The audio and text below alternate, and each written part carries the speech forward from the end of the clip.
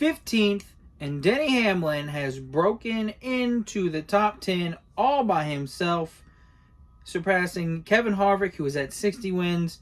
Denny Hamlin wins Las Vegas, gets win number 61, and is in the top 10 fully. I mean, he was already in the top 10, but he's fully in the top 10. He's not tied in the top 10 anymore. With 61 wins, moves Kevin Harvick out. A pretty straightforward race. A lot of green flag pit stops, a lot of green flag laps.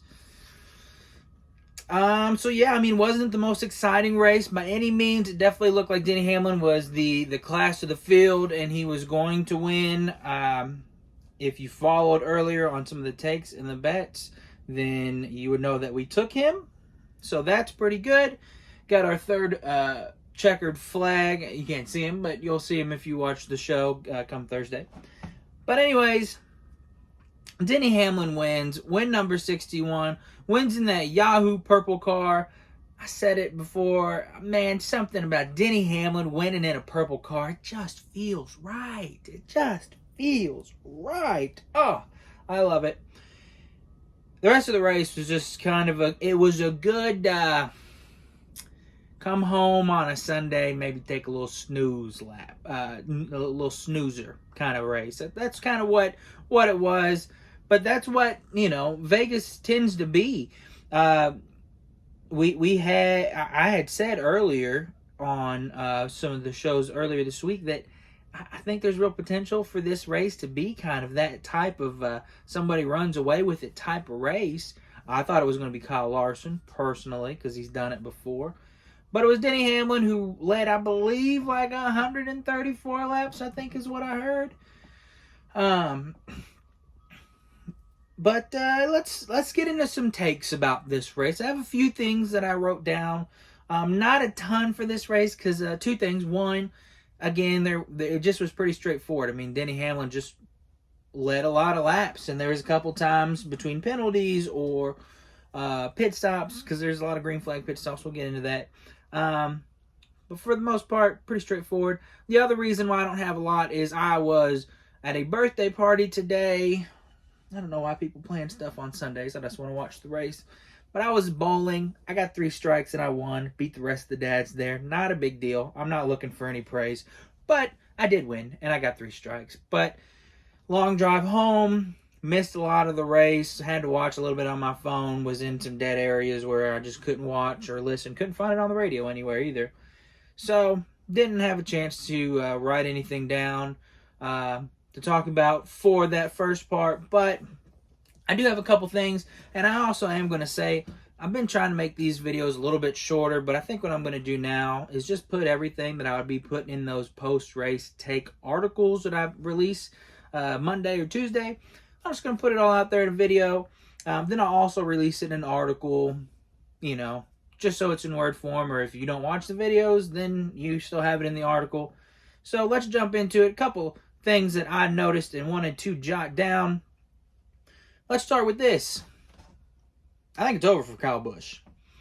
We, as NASCAR fans, have said RCR is the problem for Kyle Busch. I don't know if it is. I think it might just be Kyle Busch at this point. And I hate to say that. Living legend, Hall of Famer for sure. That run today, though. And again, I might have missed something earlier because I didn't get to watch a whole lot. But it's bad. It's real bad right now for Kyle Busch. If you're a Kyle Busch fan, I'm sorry. I'm real sorry. Yeah, I think Father Time has caught up with Mr. Kyle Busch. The other thing that I noticed, Chase Briscoe. How many holes do you have in your foot now? We got to stop doing that.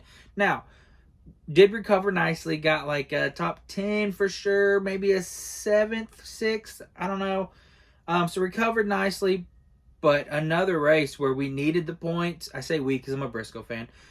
Needed the points and just didn't get them. Now, we got them towards the end, but got a big hole that we got to crawl out of here, Briscoe. And doing the penalties and stuff is not going to cut it. So that's whew, got to quit shooting yourself in the foot. The other guy a guy who's not shooting himself in the foot, Bubba Wallace.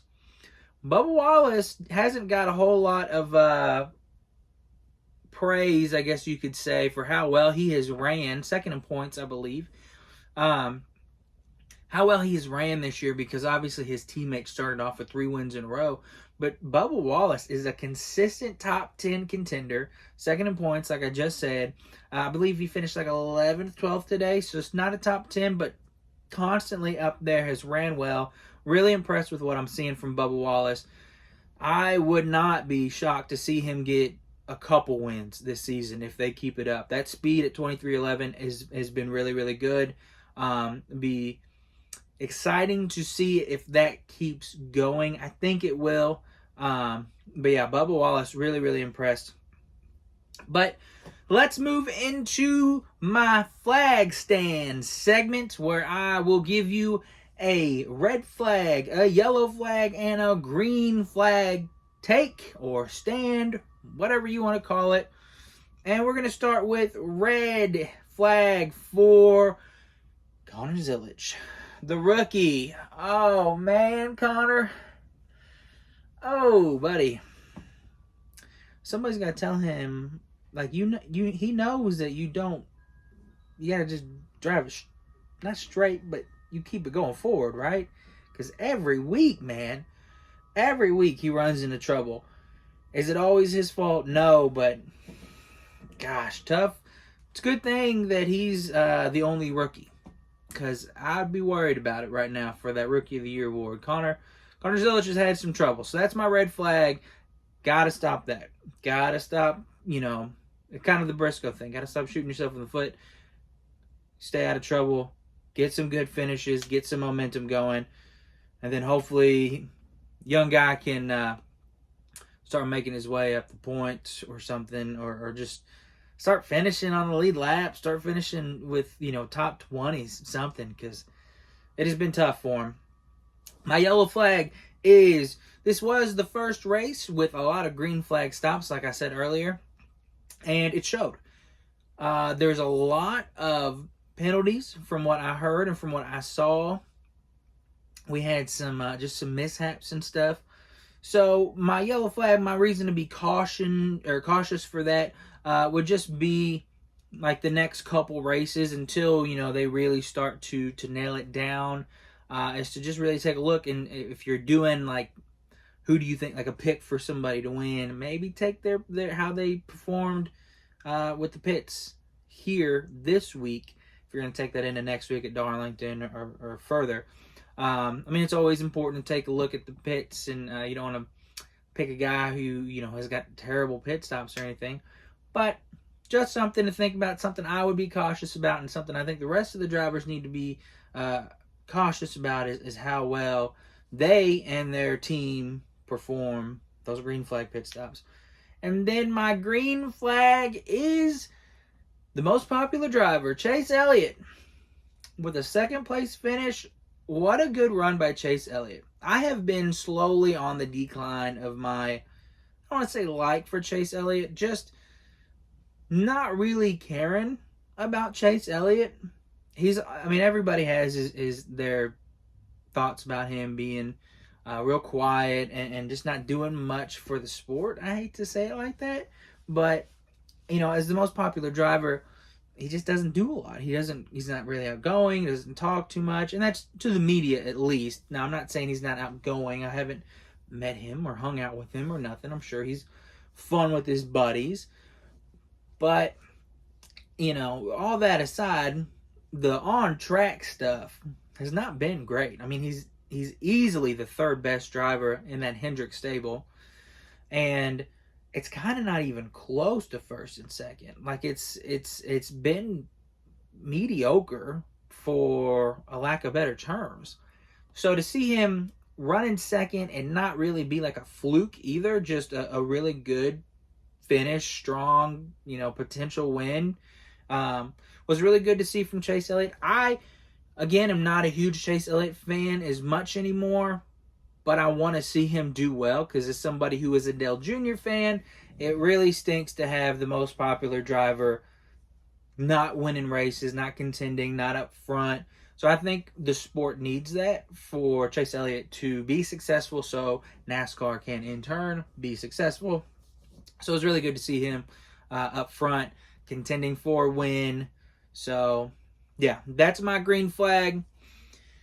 Like I said, I will have these probably written out, thought out a little bit better because these are all just top of the dome stuff right now. Hot takes, that's what this is, post-race takes.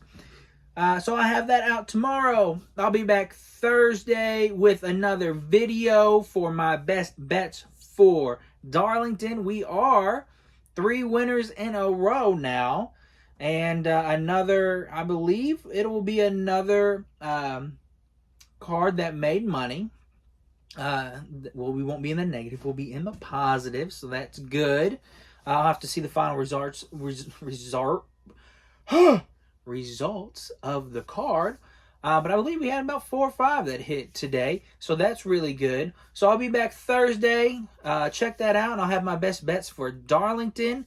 There is a chance it comes out Wednesday, too, just because with March Madness, I will be fully enthralled in that. So it might be Wednesday. But also I have the article out for sure because I know others are going to be enthralled and deeply into the March Madness as I will. So maybe you want to get them early, get it out of the way, something like that. So I'll have the article out Tuesday, Wednesday, have the video out at least Thursday, if not Wednesday night maybe. And then, yeah, so follow me. If you haven't already, like, subscribe, comment. Would love to see what you guys have to say about your takes, your flag stands. I would love to hear those as well. But with all that being said, have a great rest of your night. If you're in this Midwest area that I am at, stay safe. There's apparently some storms coming. So stay safe, have a good night, and we'll see you next time on the Chase for Checkers show.